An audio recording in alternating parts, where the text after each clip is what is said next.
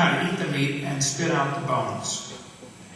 Okay? You can glean something good from everybody. We should glean some zeal from the Jehovah's Witness. We could glean some family values from the Mormons. Okay? That doesn't mean we need to do what their doctrine says. But Ron Wyatt, for instance, was a good friend of mine. I disagreed with Ron on many things, but I sat for hours talking to Ron Wyatt. Ken Ham did not like the Ron Wyatt Ark site, the Juniper site, 17 miles from Mount Ararat. So I've never been over to either one. I go to Turkey in 2 weeks, and maybe we'll get to see it. But it doesn't matter to me where Noah's Ark is, first of all. I have no vested interest in this. I know John Morris, who's a good friend of mine, the son of Henry Morris, who took over from ICR when Henry Morris stepped down. I know all those guys. I spent 4 hours 4 weeks ago in John Morris's office talking, and we're friends, okay? And we sat and looked at this giant picture of Mount Ararat. I said, John, where is Noah's Ark? He said, I don't know. I've been up here, I think he said 17 times. He said, it could be here, it could be here, it could be here. We got some very promising sites. But bottom line is, we don't know. Ken Ham thinks, and he's a good friend of mine, Ken Ham thinks Noah's Ark is probably on Mount Ararat, not down in the valley, so he disagrees with Ron on the Juniper site. Okay, big deal. They wrote some nasty articles in Creation magazine, which I highly recommend, and I encourage people to get it.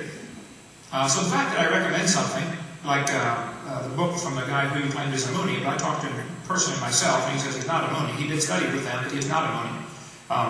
But I said, Ken, would you go with me and talk to Ron Wyatt while he was still alive? Because I read your article to him, and Ron was able to answer every objection. See, this is America. You're supposed to be able to defend yourself against your accusers face to face. Ken wouldn't go. I said, Ken, I will pay your way. Will you please go with me and talk to Ron? This is important to me. How much money do you want? I'll pay for you to go. Because I think we need to get the resolve. Because, Ken, you're thinking I'm not a good guy because I mentioned Ron Wyatt. I'm not a Ron Wyatt disciple. I just think he did some good study, and people ought to study his research. That's all. I just recommend people look at all sides. As far as Carl Ball is also a good friend of mine. I can call him at home right now if you'd like. Carl Ball, I've been there several times in Glen Rose, Texas. I think he's done some excellent research. I don't agree with Carl Ball on everything. Everybody has some screwy ideas, except me. And so I think that, like I said, you need to learn to eat the meat and spit out the bones. So your argument that AIG has approached me about false teaching, I forget the exact wording you had, but it's simply not correct. This is what AIG disagrees with me on. So what? I disagree with them on some things. But hey, there's a much bigger battle to fight. Okay, we're both plowing the same direction in the same field, just plowing different roads. That's all. Because we're trying to get the job done. I don't agree with anybody on everything. Answers in Genesis, they're doing great work, and I recommend them highly. They won't recommend me because I mentioned Ron Wyatt and Carl Ball. Well, it's a good thing I don't work for them because I'd have been fired. About Ken Ham's website with some of the doubtful theories, if your tactic here was to try to shed doubt on some of these things, I'll give you just catch up to speed on a few things happening here. Plate tectonics is a far cry from a proven science. I'll tell you what, I'm right here in PowerPoint. Let me get to this. This is a little bit disjointed compared to, I don't know what order you're going to bring your topics up in. So, you mentioned there are some names missing in Genesis. In Ezekiel 21, the Lord said, God concerning the Ammonites, thou shalt be remembered no more. Ezekiel 25, that the Ammonites may not be remembered among the nations. The names he said, I will cut off the names of the idols out of the land, and they shall no more be remembered. If you look at the genealogies in Matthew and in Luke, and I took the Luke gospel and reversed the order because they're given backwards, so it makes it easier to follow if you do reverse the order. Canaan is one name that is added to the book of Luke that is not in the book of Genesis. So far, all I've been able to find out, there are 3 names missing between the different genealogies. I suspect there's a good reason for that. I haven't uncovered all the clues yet, but I made a decision years ago. I decided I'm going to believe the Bible until it is proven wrong, and rather than doubt the Bible until it is proven right. And there are numerous verses that kind of close in those gaps where the Bible tells us that they were in Egypt for 400 years. Or that in the book of Jude, that Enoch was the 7th from Adam. Or in the book of Peter where it says Noah, the 8th person. There are all sorts of other clues through Scripture that close up nearly all of those gaps. I will admit there are 3 names that are missing in one of the genealogies. I don't have all the answers yet, but I suspect there is an answer. Okay? And I'm going to trust the Lord and not throw out the baby with the bathwater. As far as plate tectonics and the speed of light, Let me get to here real quick. Plate tectonics and the speed of light. Okay, you mentioned that Kim Ham said the speed of light has not changed. Being a physics teacher, this is something of great interest to me. The speed of light. Let's see. In my seminar part 7, I cover this in great detail. How we tell the distance to a star. Here we go. The speed of light. In 1999, at Harvard University, they slowed light down to 38 miles an hour. In the year 2000, they slowed it down to 1 mile an hour. In the year 2001, they slowed it down to a dead stop. This is from NewYorkTimes.com website, 2001, January 18th.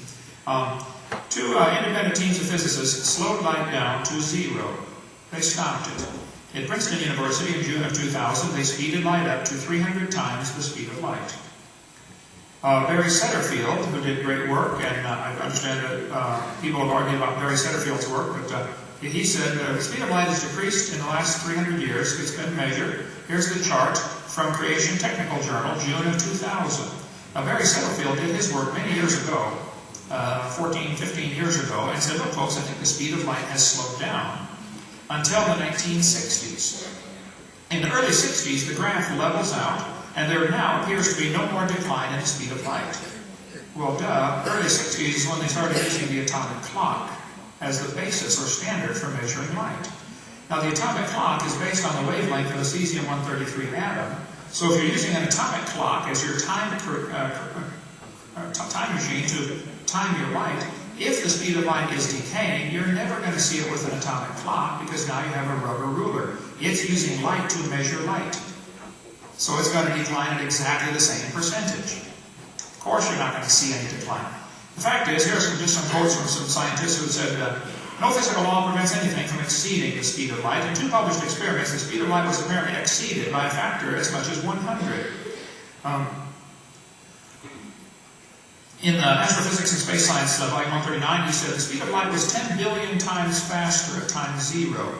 According to the Big Bang Theory, the speed of light had to be much faster. Here's an article from this last summer, August 2001. Speed of light may have changed over history, the study says. From, and I have the details here somewhere if you want to get it. Imperial College of London, Dr. However you pronounce his name, a shocking possibility is that the speed of light might change in time during the life of the universe. Jesus made wine out of grapes that never existed, aged in time that never was. I think it's certainly possible for him to make stars, or light from stars, all simultaneous. One of the big problems I see is many, many people in this world tend to try, they want to put our limitations on God. You know, we can't do it, therefore God can't do it either. I think God can make a full-grown man, a full-grown woman, in a full-grown garden with lights from the stars already showing on the earth and do it all in 6 milliseconds if he wants. Now, he chose to do it in 6 days, and he told us very clearly that's what he did. The other point that you had, that I didn't address here, was plate tectonics. If you have, I taught earth science, it's one of the sciences I taught. Now, if you swallowed the plate tectonics idea, you really need to study this a little more. The idea that the continents fitting together, let's see, that is on this right here, Pangea. Okay. Here's just a couple of things you need to consider.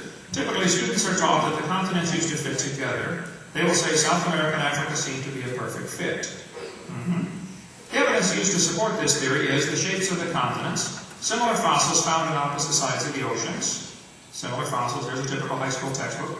Similar fossils, boys and girls. You see, that proves we're, used to be connected. Well, duh. If there's a worldwide flood, dead animals can float everywhere.